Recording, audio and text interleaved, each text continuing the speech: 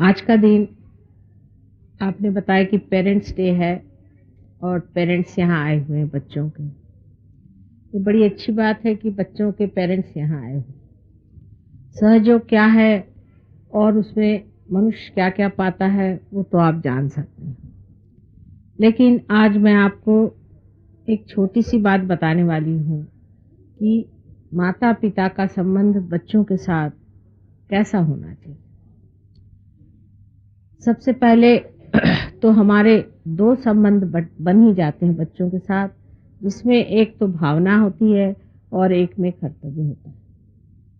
भावना और कर्तव्य 2 अलग-अलग चीज़ बनी रहती है। जैसे कि कोई माँ है, वो बच्चा गलत काम करता है, गलत बातें सीखता है, तो भी अपने भावना के कारण कहती ठीक है चलने दो, आजकल बच्चे ऐसे ही हैं, बच्चों से क्या कहना, जैसा भी है ठीक है।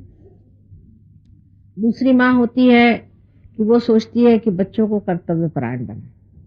उस थोड़ी देर बाद में कर्तव्यपरायण बनाने के लिए वो फिर बच्चों पे कहती कि सवेरे जल्दी उठना चाहिए आपको, पढ़ने बैठना चाहिए, फिर आप जल्दी से स्कूल जाइए, ये टाइम से करना चाहिए, वहाँ बैठना चाहिए, ये उठना चाहिए, ऐसे कपड़े पहनना चाहिए, इन सब चीज़ों के पीछे में लगी रहती। अब इसे कहना चाहिए कि ये सम्यक नहीं है, इंटीग्रेटेड बात नहीं, इसमें इंटीग्रेशन नहीं है और सहयोग जो है आज का ये इंटीग्रेशन है। ये दोनों चीज़ों का इंटीग्रेशन होना चाहिए, न कि कॉम्बिनेशन होना चाहिए। इंटीग्रेशन और कॉम्बिनेशन में ये फ़र्क हो जाता है कि हमारी जो भावना है वो कर्तव्य होनी चाहिए और कर्तव्य हमारी भावना होनी चाहिए। जैसे कि हमें अपने बच्चे के प्रति प्रेम, तो हम कहेंगे कि प्रेम है इसीलिए हमारा कर्तव्य है कि हमारा बच्चा ठीक रास्ते पर चले, और हमारा बच्चा ठीक रास्ते पर इसीलिए चले क्योंकि हमें उससे प्रेम है। अगर हम अपने बच्चे से ये नहीं बताते कि वो ठीक रास्ते पर चले, तो इसका मतलब है हम भावना प्रधान हैं। ये तो बहुत आसान है कि हम इस चीज़ को सोचें कि हम बच्चे से क्या कहें, जाने दीजिए, बच्चे से कहने में बच्चे दुखी हो जाते हैं, तकलीफ होती है उनको, उनको क्यों दुखी करें। और एक होता है ये सोचा जाए कि नहीं, कितना भी दुख हो तो भी बच्चों को जो है एकदम धो करके मांझ करके बिल्कुल साफ कर। जब इंटीग्रेशन हो जाता है तब मनुष्य इस तरह से स्वयं अपना ही बर्ताव कर लेता है, जिसका सबसे बड़ा प्रभाव बच्चों पर पड़ता है।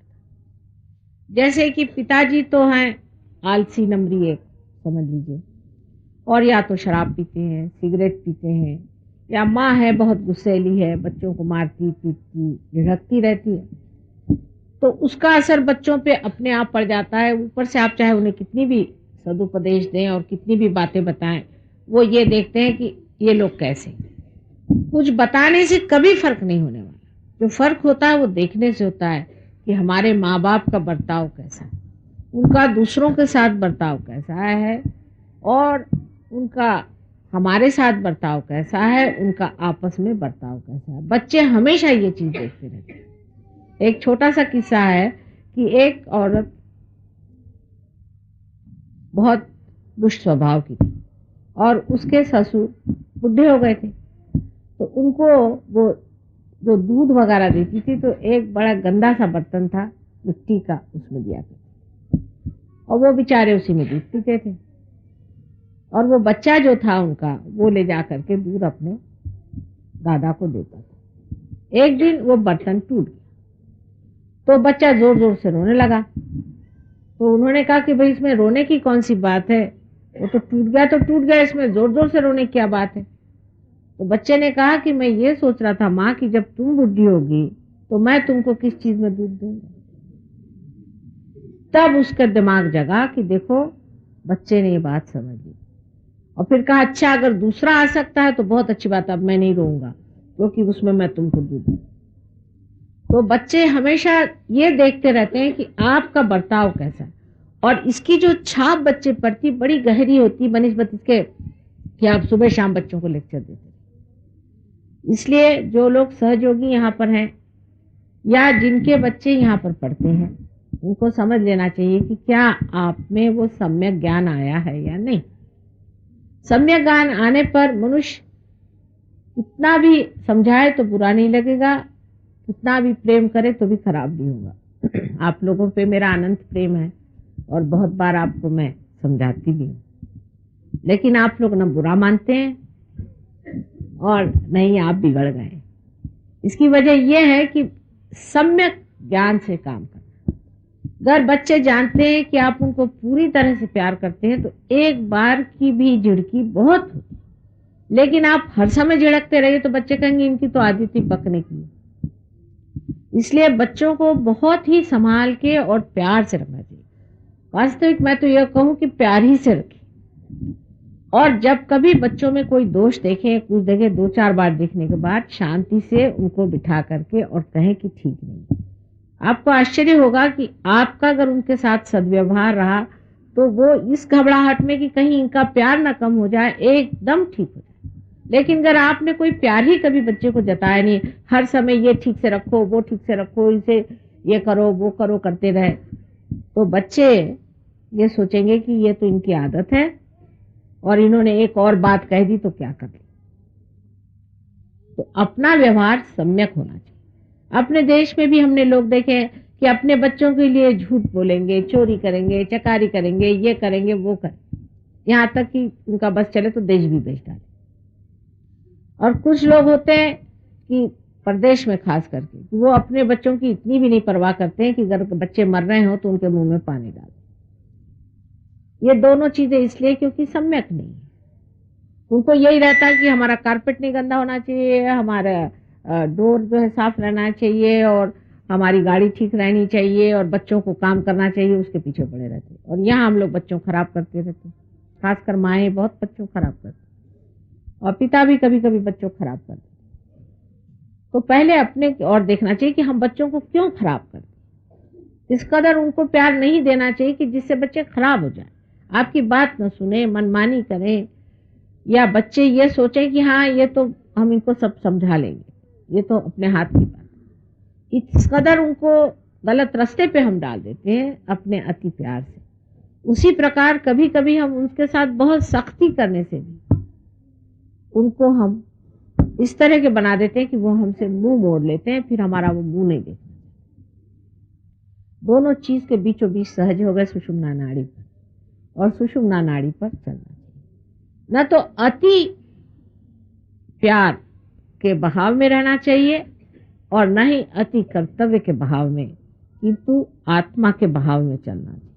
और जब आत्मा के आदेश से आप चलेंगे तो आपको आश्चर्य होगा कि आपकी तो आत्मोन्नति होगी ही, लेकिन आपके देखा देखी आपके बच्चों की भी होगी।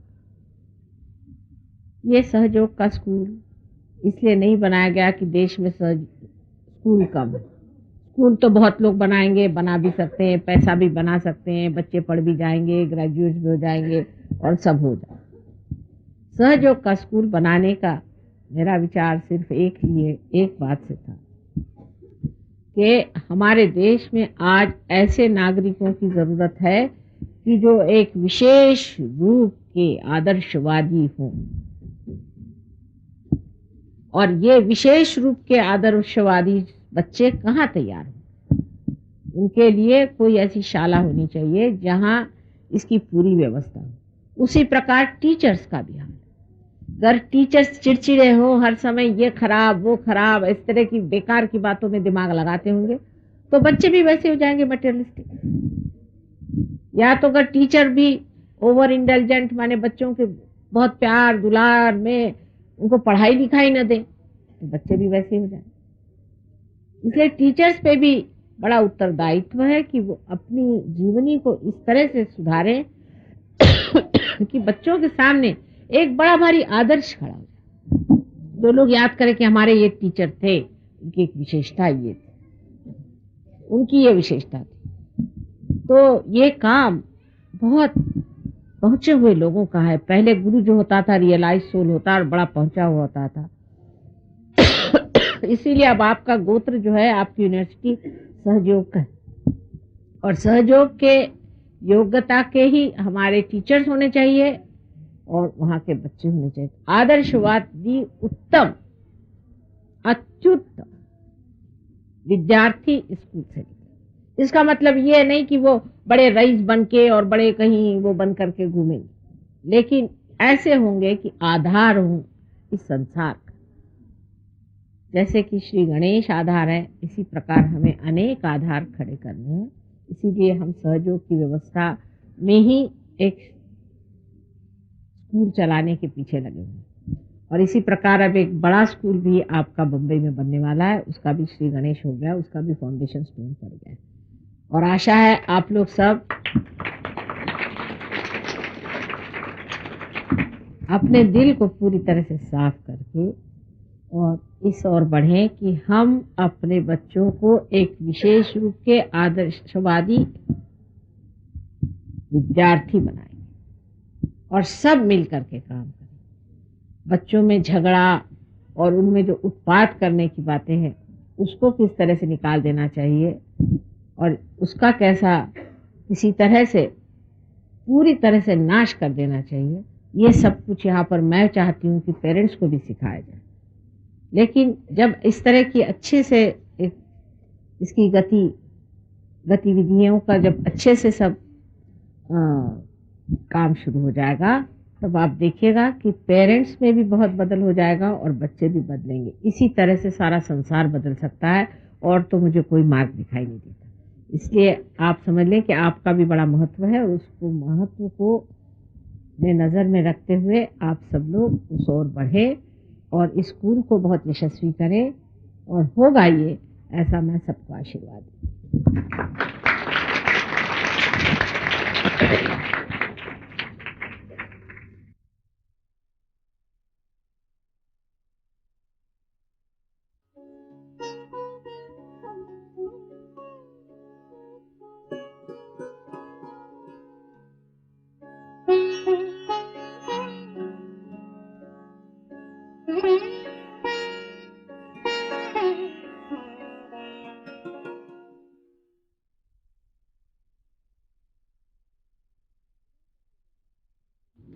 हृदय चक्र जो है उसमें 3 उसकी साइड है, एक तो लेफ्ट, एक राइट और एक नीचे।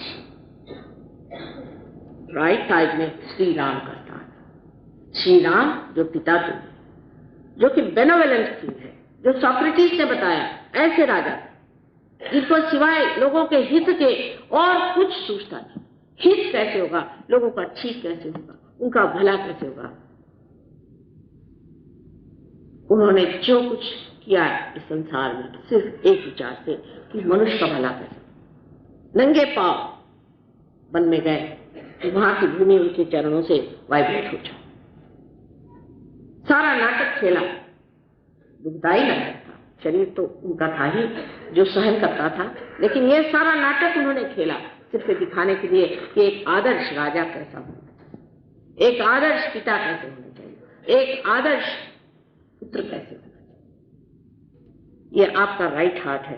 अगर कोई भी इंसान का राइट हार्ट पकड़ता है, माने ये कि किसी भी इंसान में कोई पिता का दोष हो, समझ लीजिए उसके पिता की मृत्यु जल्दी हो, उसने पिता का सुख न देखा हो, या अगर उनका अपने पिता से संबंध ठीक न हो, या पिता अगर गलत रास्ते पे चलता हो, या वो पिता से दुश्मनी लिए हुए, कोई सा भी पिता का जो तत्व है अगर खराब हो जाए तो ऐसे आदमी का राइट हार्ट पकड़ता है। ऐसे आदमी को अस्थमा होने का अंदेशा। अब देखिए कहां से बात कहां ला रही। इस वक्त आपको श्री राम का ध्यान करना चाहिए। जब आपको इससे आपका अस्थमा ठीक है। अब आपके लेफ्ट हैंड साइड में जो हार्ट का चक्र का दोष होता है वो आपकी मां की वजह से। अगर आपकी मां परमात्मा में विश्वास नहीं करती है, आपको गलत रास्ते पे ले जाती है, या जरूरत से ज्यादा आपको प्यार करके आपको खराब करती है, तो वो भी मां बड़ी दोषी है। यूंग ने अपने एक एक्सपेरिमेंट में ऐसा देखा कि एक इंसान आकर के उसे बार बार बताता कि मेरी माँ का मुझे स्वप्न आता है कि वो एक विच, एक राक्षसी है, बार बार ऐसे मुझे स्वप्न आता। तो उसका उन्होंने लड़के से पूछा कि भाई तुम्हारा माँ का तुम्हारे साथ व्यवहार कैसा है। तो उन्होंने कहा भाई मेरी माँ तो ऐसी है कि मुझको इतना पैम्पर करती है, इस कदर उसने मुझे स्पॉइल करके रखा है कि मैं किसी काम का नहीं। उनका ठीक, इसका मतलब है तुम्हारी माँ जो विच है, जो तुम्हारी माँ राक्षसीन है, इसका स्वप्न तुम्हारे अचेतन से, अनकॉन्शियस से आ रहा है और तुमको बता रहा है कि संभल के रहो। एक आदमी बताता था कि मुझे अपने बेटे के बारे में ऐसा हमेशा सपना आता है कि वो सिंहासन पे बैठा है और उसके सामने मैं हमेशा नतमस्तक।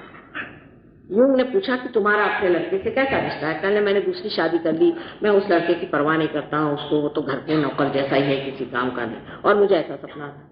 अचेतन उसे बता रहा था कि तुम्हारा लड़का जो है वो सिंहासन में बैठने लायक है और तुम उसके नीचे खड़े हुए हो, उसको नतमस्तक तुम्हें रहना चाहिए, बजाय इसके कि उसका तुम छल करो और उसे तुम इसी तरह से, इस तरह से व्यवहार करो जिससे वो नगण्य हो जाए। यही बात है कि माँ और बाप का बहुत बड़ा देना बच्चों को होता है। एक तो अपने देश में माँ बाप का इस कदर अपने बच्चों के प्रति स्वार्थ होता है, इतना ज्यादा स्वार्थ होता है कि आश्चर्य। इसी देश में पन्नाधाई जैसी औरतें हो गई, इसी देश में ऐसे लोग हो गए जिन्होंने अपने बच्चे देश के लिए कुर्बान कर दिए। हम खुद अपने बाप की बात कह सकते हैं कि जो हम लोगों को कुर्बान करने में एक क्षण भी न ठहरे और उसमें बड़ा अपने को गर्व समझते। और ऐसे हमने अनेक इनके मित्रों को देखा और अनेक लोगों को देखा उस उम्र के, जो अपने बच्चों से कहते हैं कि कुर्बान हो जाओ। वो गया एक तरफ भगत सिंह का जमाना और आज ये आया है कि मेरा बेटा, मेरी बेटी, मेरा मेरा मेरा। यहाँ पर भी जो बता रहे थे बात सही है कि आकर के मेरा बाप ऐसा, मेरी माँ ऐसी, मेरा बेटा ऐसा, मेरा ये।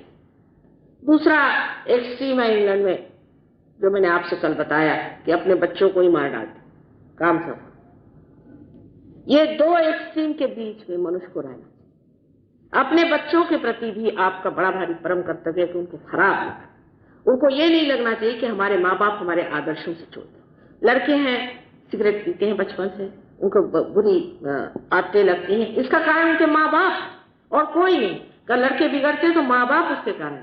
माँ बाप अगर उनके साथ रहें, उनके साथ घूमे फिरे, उनसे दोस्ती करें, उनसे इज्जत से पेश आए तो बच्चे नहीं बिगड़ते।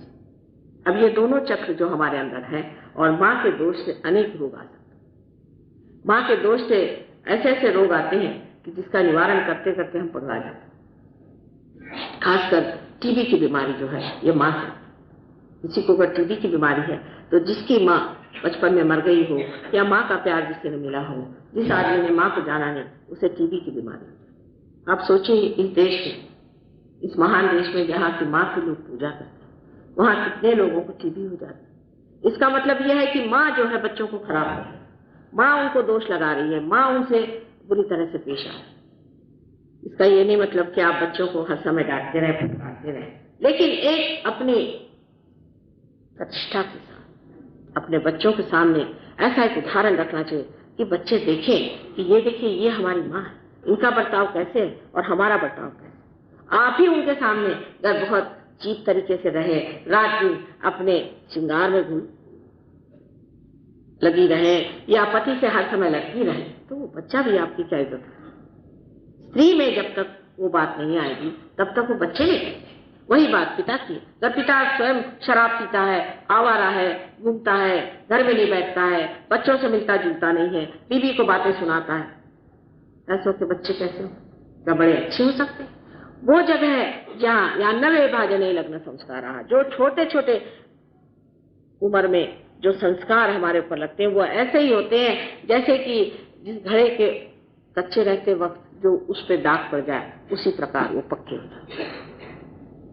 उस वक्त इतना संभालना जरूरी है, इतना उनको प्रेम देना जरूरी है कि जिससे उनकी जो वृद्धि है वो कायदे से हो जाए। और ऐसा होता नहीं, ज्यादातर ऐसा होता नहीं। हम या तो उनको ज्यादा ही पानी देते हैं और नहीं ही देते हैं। बीचों बीच खड़े रह करके देखना चाहिए कि हमारे बच्चे किस रास्ते पे चल। फिर ये कहना कि समाज ऐसा बना हुआ है, माँ क्या करे, लड़के खराब हो जाते, कैसे? आपका चित्त ही नहीं बच्चे की ओर। कम से कम आप तो कोई शिकायत नहीं कर सकते।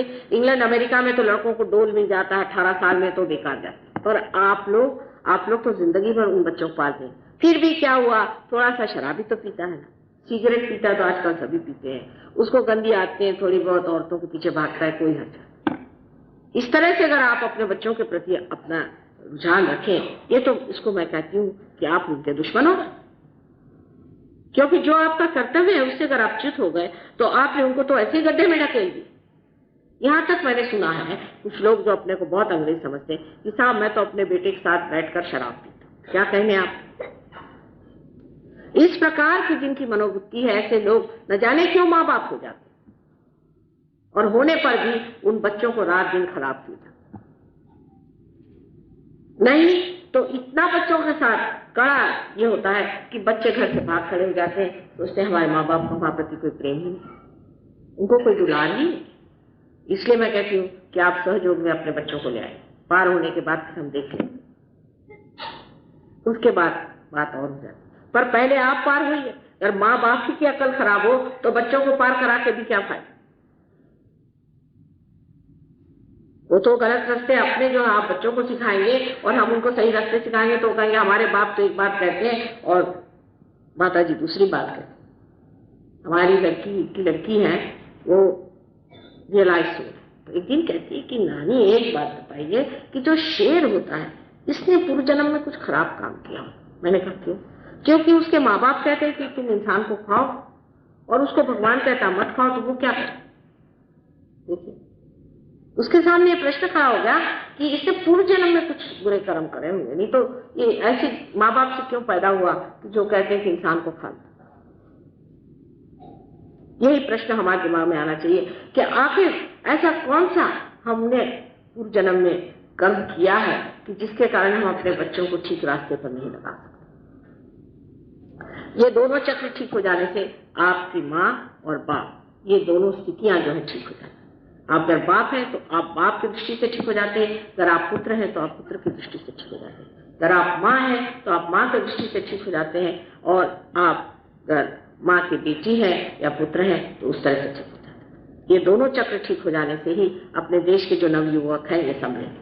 आप जानते हैं कि हजारों लोग परदेश से हमारे शिष्य, इनके माँ बाप तो पागल ही लोग हैं अधिक।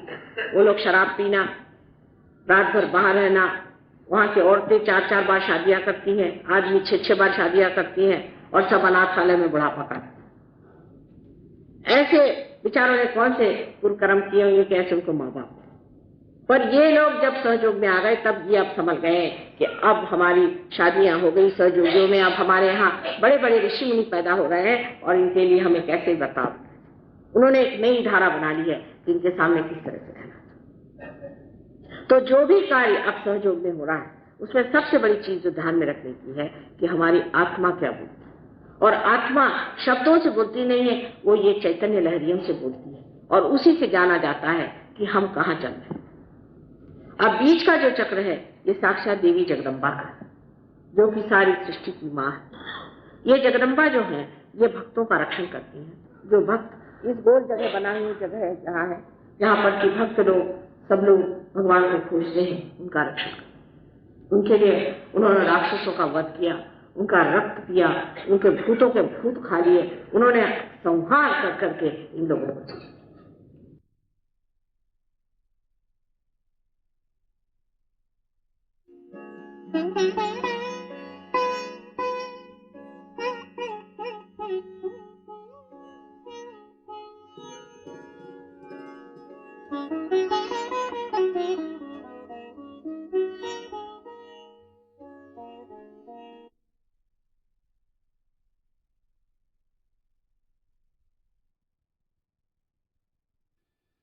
और यही बात हमें सबको अपने बारे में सोचना है कि हम अपने को निष्कलंक रखें।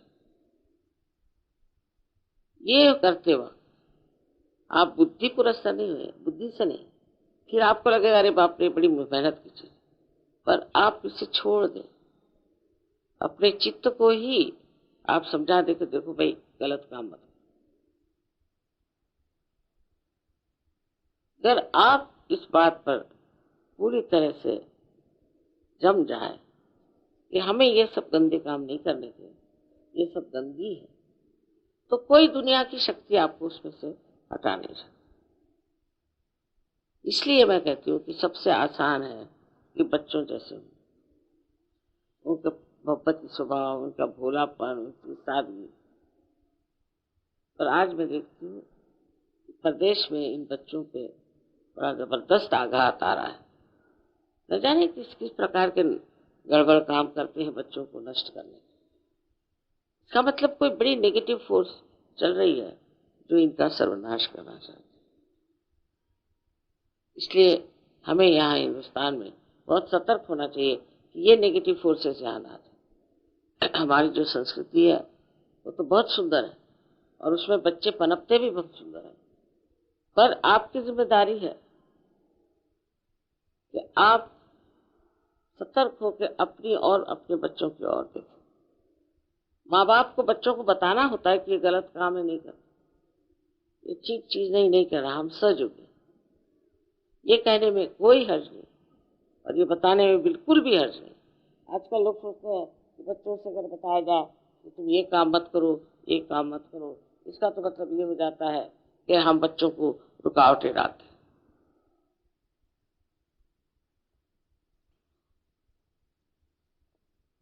और प्रदेश में तो बच्चों को जैसा चाहे वैसे रहे। ये बात थी तो बच्चे पेड़ से क्यों नहीं लटके? आपने क्यों पैदा किया? आपकी क्या जिम्मेदारी है? आपको क्या करना है? बच्चों को कहना होगा ये गलत काम है और हम नहीं चाहते, हम आपको इसके लिए पैसे नहीं देंगे, आपकी मदद नहीं करेंगे, आप कायदे से रहें। नहीं तो हमारा भी समाज उसी तरह से हो जाए। उनकी अच्छाई तो आई नहीं, पट से बुराई हम ले लें।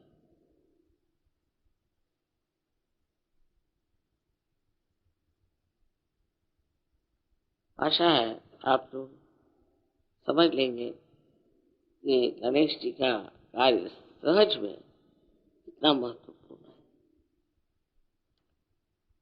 क्योंकि वही आप में जागृति करके स्वच्छता लाते हैं, आपके चक्रों को स्वच्छ करते हैं, उनमें प्रकाश डाल देते हैं और आपको हमेशा प्रकाश की ओर रखते हैं। आपकी नजर हमेशा प्रकाश की ओर।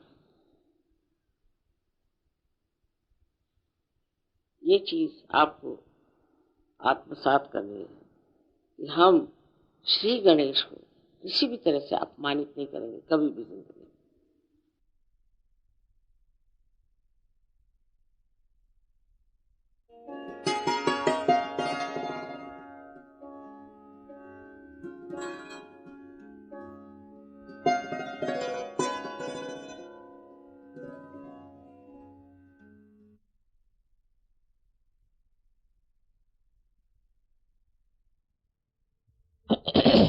और जो घर की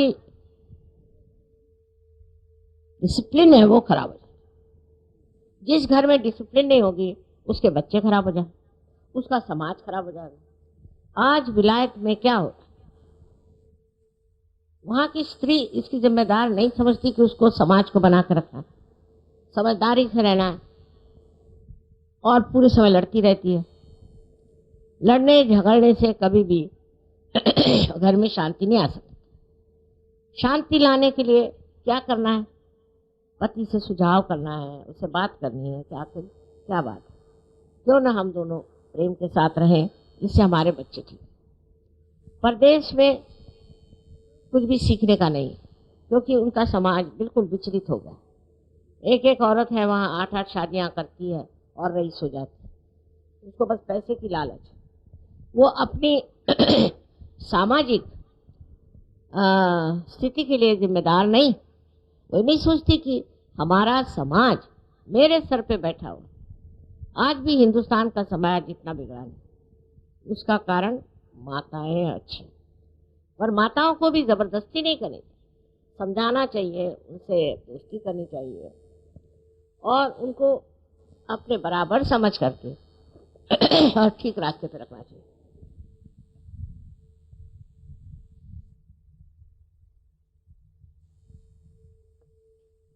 अगर हमारा समाज ठीक हो जाए तो जो दुविधाओं में हम पड़ा हुआ है, जो हमारे हम सुनते हैं कि खून की खराबी हो रही है, बॉम्ब फूट रहे हैं, फलाना हो रहा है, इस तरह का आशंकित जीवन जो हमारे ऊपर लग गया है, उसका कारण है इन लोगों की माएँ।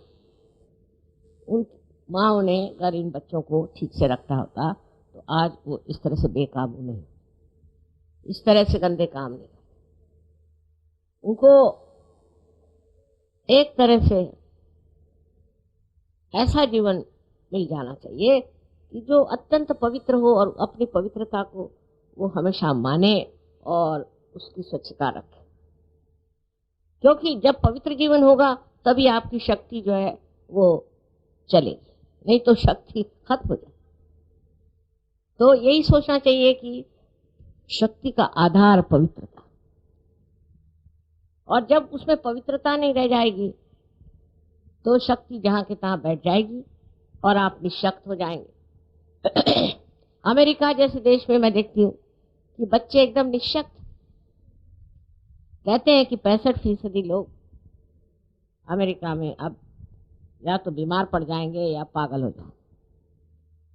उसका कारण है घर में जो माँ का प्यार, माँ का दुलार मिलना था वो ठीक से नहीं। और माँ का प्यार और दुलार भी ऐसा नहीं होना चाहिए कि जिससे बच्चे खराब हो जाए। उस प्यार दुलार में एक ही विचार रहना चाहिए कि हमारा बच्चा जो है वो इस तरह का बने कि एक श्रेष्ठ नागरिक हो जाए, एक श्रेष्ठ मानव हो जाए और एक श्रेष्ठ सहयोगी हो जाए। इस दृष्टि से आप अपने बच्चों को अगर ट्रेनिंग देंगे तो अपना समाज एकदम ठीक हो सकता है। और उसके लिए ज़्यादा करने की ज़रूरत नहीं, थोड़ी देर बच्चे अगर मेडिटेशन कर लें काम कर। और अगर बच्चों को आपने छूट दे दी तो न जाने, आजकल का ज़माना इतना ख़राब है कि बच्चे कहीं से कहीं भाग सकते। इसलिए आवश्यक है कि आप, जो औरतें अपने को सोचती हैं कि हम लक्ष्मी हैं, फलाना है, ठिकाना है, सबसे पहले आप समाज का आधार है। समाज की ओर पुरुष की दृष्टि नहीं होनी और होती भी नहीं, उधर औरतों की होनी चाहिए। इसलिए मैं हमेशा कहती हूँ कि सहयोग में औरतें कमजोर हैं, आदमी नहीं। इसका कारण मैं नहीं समझ पाती क्योंकि मैं एक औरत हूँ। औरतों को ध्यान धारणा और सर्च के बारे में सब मालूमात होनी बहुत जरूरी, क्योंकि औरतों के ही कारण हम आज समाज को ठीक कर सकते। आदमियों का तो चल ही रहा है मामला, कहीं उनका राजकारण है तो कहीं अर्थव्यवस्था है, ये उससे आपको कोई मतलब। आप अपने बच्चों को ठीक करिए और उसके लिए आप भी रोज ध्यान करें, आप भी आदर करें, आप भी गहरे उतरें। गहराई लिए हुए कितनी औरतें हैं, और जब कभी मिलती भी हो तो अपना ही रोना लिए बैठे रहते हैं।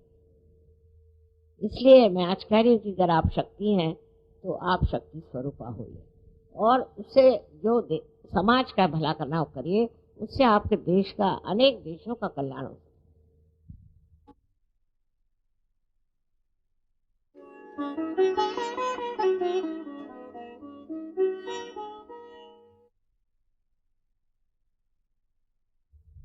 आज ये कपड़ा आया तो वो पहन लिया, कल दूसरा कपड़ा आया तो वो पहन लिया, घर में ढेर की ढेर लगा कर रख देंगे। इससे मनुष्य की शोभा नहीं बढ़ती, और विशेषकर स्त्री की शोभा इस रोज के कपड़े बदलने से और फैशन करने से। अपनी शक्ति की जो भक्ति है वो करना, उसको समझना चाहिए। उससे जो आपके अंदर एक अप्रतिम विशेष आशीर्वाद मिलेगा, उससे आप सारे ही प्रश्न किसी भी तकलीफ के बगैर ठीक कर सकते, क्योंकि अब आपकी एकाकारिता इस सर्वव्यापी शक्ति से हो गई। तो लड़ने झगड़ने से कुछ नहीं, शांति से ध्यान करके, समझदारी रख के अपने बच्चों को सीधे रास्ते पे लाना।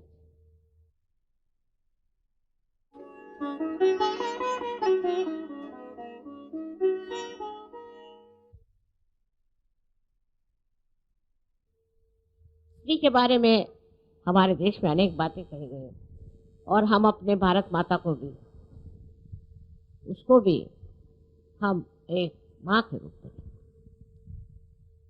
हमारे यहाँ माँ बहुत बड़ी चीज मानी, क्योंकि वो लड़के को गलत रास्ते से बचाती है, उसको सही तरीके से बड़ा करती है, उसको वो ऐसे बहुमूल्य गुण देती है जो उसको जिंदगी भर के लिए पूरे पड़े। ऐसी हालत में आप लोगों को ये सोचना चाहिए, क्या हम अपने घर में शांति, सुख और आनंद देते हैं? घर पे पति आया और आप लड़ाई झगड़ा शुरू कर देते, या नहीं तो बस रहने दो रहने दो रहने दो, इस तरह से एक अछूतापन। अगर आप घर में आनंद और प्रेम की सृष्टि करें तो आपके बच्चे ठीक से पनपते। उसी प्रकार पुरुषों के लिए बहुत जरूरी है कि हर समय अपनी बीवी से मजाक करना कोई बड़ी अच्छी बात है। नॉर्थ इंडिया में बहुत ज्यादा है, बीवी का बड़ा मजाक करते रहे सुबह शाम। उसमें कोई बड़ी भारी बुद्धि चातुर्य नहीं है, बेकार की बात है। अपने बीवी के गुण देखिए, जरूर नहीं उसको बखानिए, और उसको समझिए और उन गुणों से परिचित हो करके और उसका मान पान सब रखना चाहिए।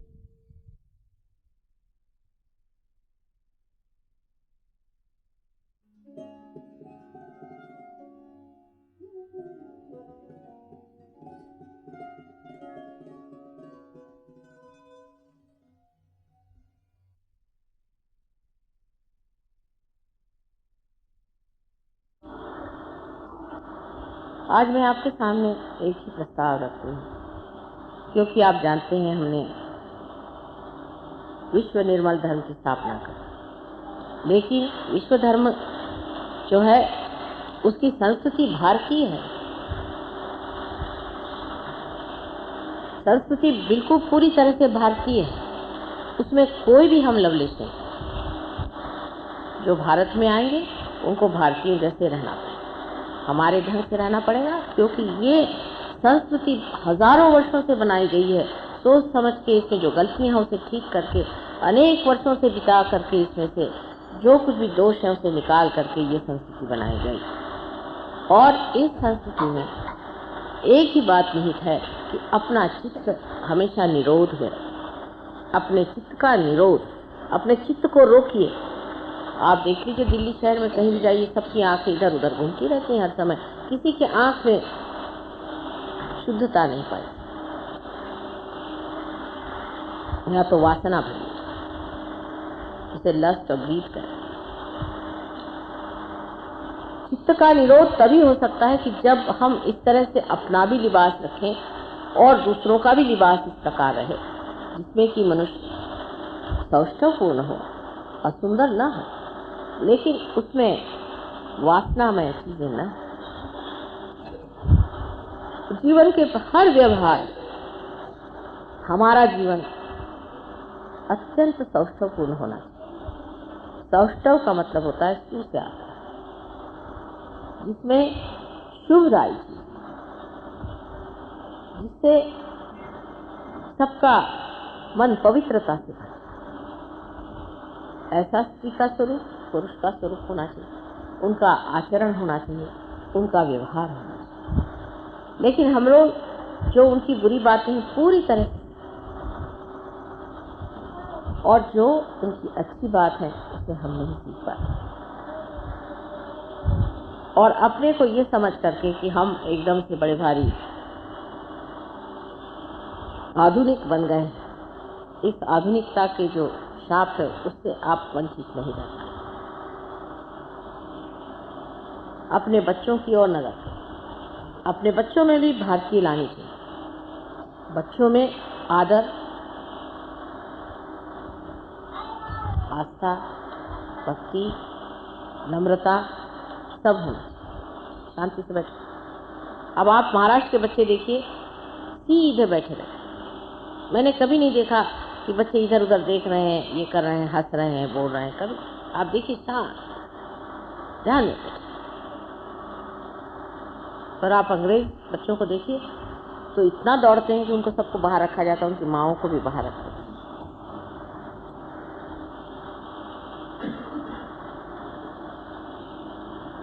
तो हमें पहले जान लेना चाहिए कि क्या बात है, सहयोग इतना गहरा हमारे अंदर क्यों नहीं है। हमें अपनी ओर दृष्टि करके देखना चाहिए कि हम क्या स्वयं गहन है, हमारे अंदर ये गहनता आई हुई है। भारतीय संस्कृति को जरूर अपनाना होगा पूरी तरह से, और उसकी पूरी इज्जत रखते हुए। जैसे बड़ों का मान करना। हमने सुना कि कोई सहयोगी हैं अपने माता को बहुत सताते हैं और बड़े भारी सहयोगी हैं। ये कैसे हो सकता है? सबकी अधिकार होते हैं, सबका एक तरीका होता है। अगर माँ कोई ऐसी शैतान हो या भूतग्रस्त हो तो समझ में आई बात, लेकिन किसी भी माँ को सताना हमारे संस्कृति में मना। माँ बाप का अनादर करना बिल्कुल मना। भाई बहनों से दूर भागना भी बिल्कुल मना। दूसरी बात, अपने यहाँ कोई आदमी, कोई भी मेहमान घर में आए, उसके लिए हम लोगों को जान दे देनी चाहिए। इसके अनेक उदाहरण हैं। जो हमने खोया हुआ है पूरा की पूरा हमें सहयोग से वापस लाना है।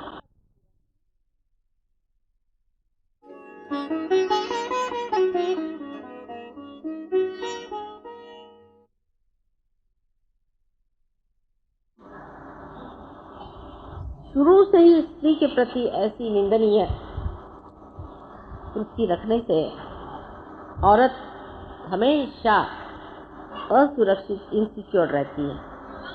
जो औरत इनसिक्योर रहती है वो या तो आपको नचा के छोड़ देगी या आपका सर्वनाश करके छोड़ेगी।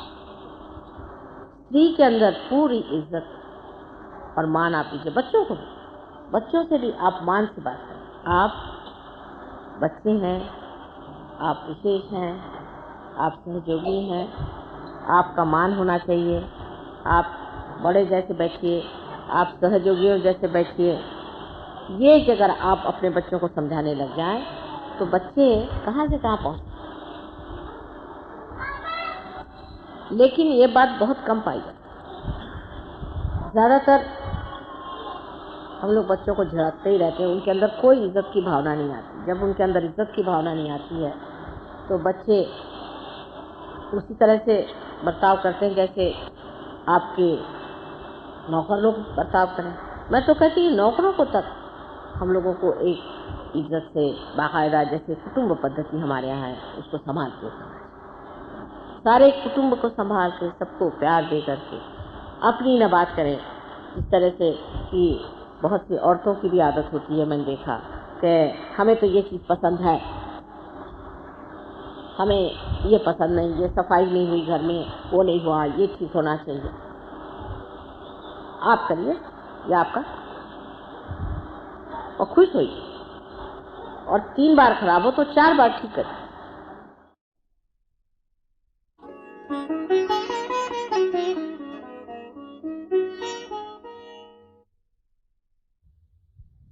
लेकिन वो पानी में घोल के दीजिए जिसमें दांत मरने लगे।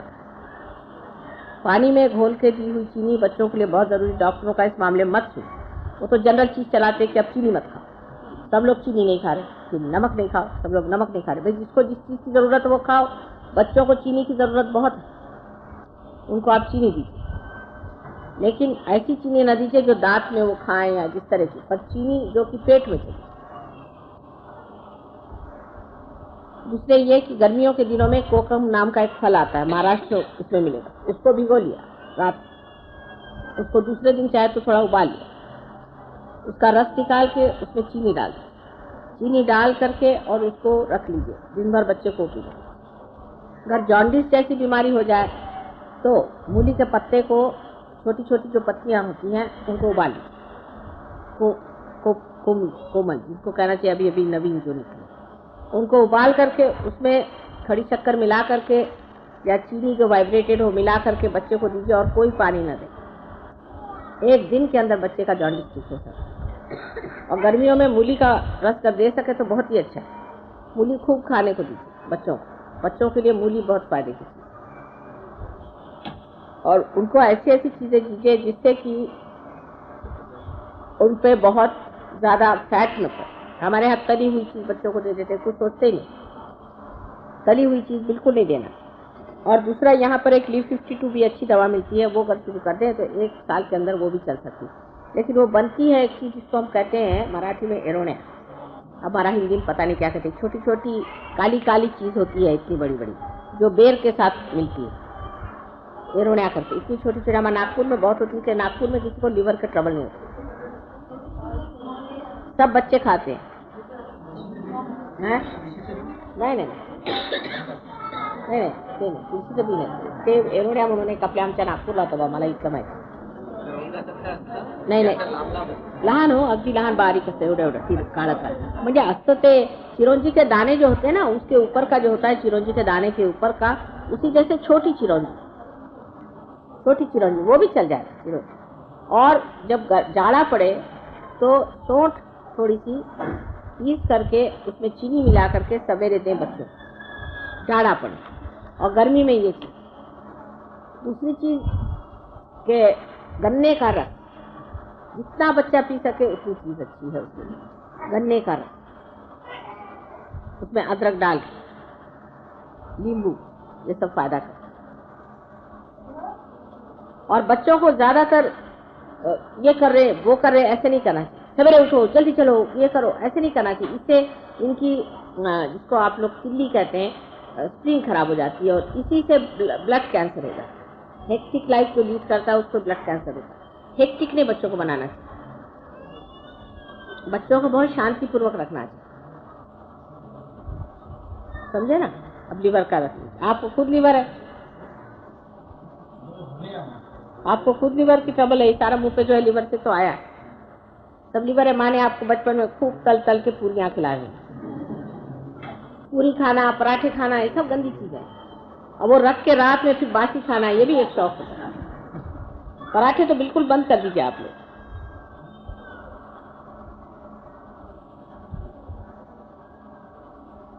और कोई बात, कोई और बीमारी?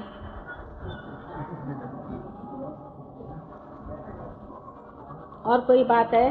चले अब हम जाएं. क्या करें? हर समय काम रहता है. तो आप अंदर से कुछ पहनते हैं, सिमीज पहनना चाहिए. हाँ, अंदर से सिमीज पूरा नहीं पहने अभी भी, उसी से हो जाता. हाँ, दूसरा सहयोग में कंपलसरी है, कंपलसरी हर आदमी को अंदर बनियान पहनना है आजकल का फैशन. और औरतों को अंदर से शमीज पहननी है. अगर साड़ी पहनती तो नहीं, पर अगर ये पहन रही दूसरा ड्रेस और ऊपर से चुनरी ले ली, जरूरी है, नहीं तो सारे इसमें दर्द होएगा आपके सीने में, और फिर आप आएंगे माँ मेरा सीने में दर्द है. सब लोगों को बनियान पहनना है, क्योंकि आप जानते हैं छोटी सी चीज है कि आपको जब पसीना आता है तो पसीने में सूख जाता है और बदन में ठंडक लग जाती है. इसलिए ऐसी चीज होनी चाहिए जो पसीने को खींचे. बहुत लोगों को ऐसे दर्द होता है, बेकार मुझे परेशान करती है. इसलिए सबको कंपलसरी, और औरतों को भी. हम लोग कॉलेज में पढ़ते थे, हम भी सलवार कुर्ता पहनते थे, जब से हम हमेशा शमीज पहनते थे, सवाल ही नहीं उठता था. पहले तो समझा जाता कि बदतमीजी, बगैर शमीज के चुन्नी से कोई लड़की घूमे तो. और दूसरी बात ये भी होती थी कि सलवार के जब तक उस तरह से पहना न जाए, अगर समझे एक आधे कपड़े के साथ नहीं हो शमीज, तो पहना नहीं जाता. शमीज पहनने का रिवाज पहले था, अब पता नहीं सब लोग ऐसे फैशनेबल हो गए कि कुछ समझ में नहीं. वो किसके बनाया गया था? कायदे के लिए, कि वो आपके अब्सॉर्ब कर ले. अगर शमीज, अगर आप साड़ी पहने तो ठीक है, साड़ी आपको ये करेगी, पर साड़ी भी आपको लपेट के रखना चाहिए. जब आप बाहर जाते हैं, साड़ी हमेशा इस तरह से पहननी चाहिए जिससे बदन में आपके, इसका सबसे फायदे है ना, शारीरिक है और दूसरे लज्जा स्वरूप भी है. बहुत फायदा होता है अगर आप अपने सीने को ढक लें, तो जो हवा आपकी, खासकर यहाँ की हवा के लिए तो बहुत ही जरूरी. इतना पसीना आता है. सब आपके डॉक्टर साहब यहाँ बैठे हैं, वहाँ कर सारे आपके सीने में वो जकड़ जाता है, फिर आपको बीमारियां हो जाती हैं. दुनिया भर की बीमारियां मैं देखती हूँ इसी से होती है. टीबी तक हो सकता है, इतनी कमजोर आपके लंग्स हो जाते हैं. और पता नहीं डॉक्टर लोग जो बताना वो बताते नहीं, शायद कोई बताने से सुनेगा थोड़ी. आजकल फैशन जो, या तो फिर फैशन करो और अस्पतालों में रहो.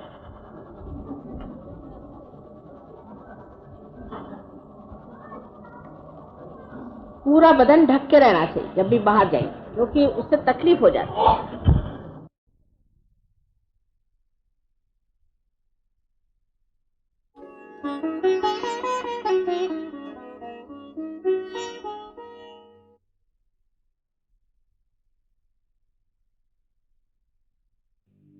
वो बात कही, वो समझने की बात है कि हम लोग अपने बच्चों पे जो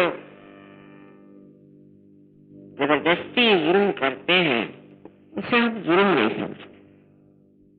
पर ये बच्चे सब संत साधु आपके घर में आए हैं तो आपको उनकी इज्जत करनी चाहिए, उनको संभालना चाहिए, उनको प्यार देना चाहिए, इससे पनपे बढ़े, उनको स्वतंत्रता देनी चाहिए।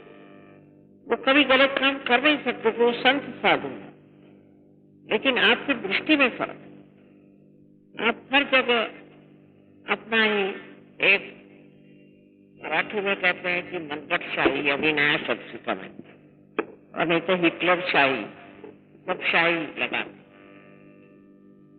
इस चीज में मेरे ख्याल से मुझसे बढ़ के कोई नहीं होगा। मुझे बिल्कुल पसंद, बच्चों को जरा भी कुछ कहना मुझे पसंद। अगर कोई बात ऐसी वैसी हो तो उसको समझाइए, और इन बच्चों को पनपना चाहिए कल इस देश के यही नागरिक, और यही बच्चे आपको करामात करके दिखाएंगे। इन लोगों के बच्चों को इस कदर जो स्वतंत्रता थी, उस स्वतंत्रता से आज मैं देखती हूँ कितने बढ़िया हो गए। हालांकि खराब भी बहुत हो गए। अब आपके पास संस्कृति का आधार है, उस आधार पर इन बच्चों को आप संभालिए, इनको समझाइए कि हमारी क्या है। तो बहुत सी बातें सीधी सरल हो जाए।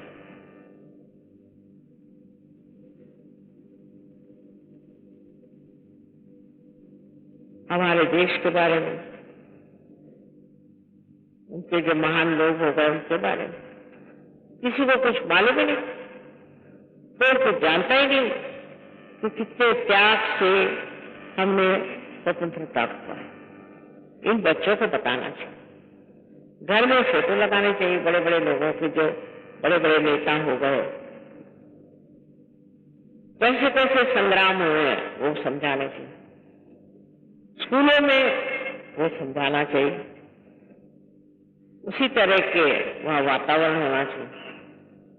अब देखते हैं कि बच्चों को सिनेमा एक्टर और एक्ट्रेस सब मालूम है, लेकिन अपने यहाँ के जो लोग जिन्होंने इतना त्याग किया, इतना प्रयत्न करके अपने देश को स्वतंत्रता दिलाई, उनके बारे में कुछ जानते हैं। ये एक बड़ा भारी हमारे यहाँ विरोध है। तो बच्चों को बेकार की बातों को डांटने से अच्छा है उनको समझाइए, उनको बताइए कि तुम जिस देश में पैदा हुए उसके तुम धरोहर, तुम्हारे लिए क्या क्या किया गया, कितना त्याग किया गया, किस तरह, तब उनके अंदर देशभक्ति जागेगी, और कल के जो यहाँ के नागरिक होंगे वो देशभक्त है। तो सहयोगी आसान है इन लोगों को देशभक्ति में उतारना, बहुत आसान। आप सबको बड़ा अनंत आशीर्वाद।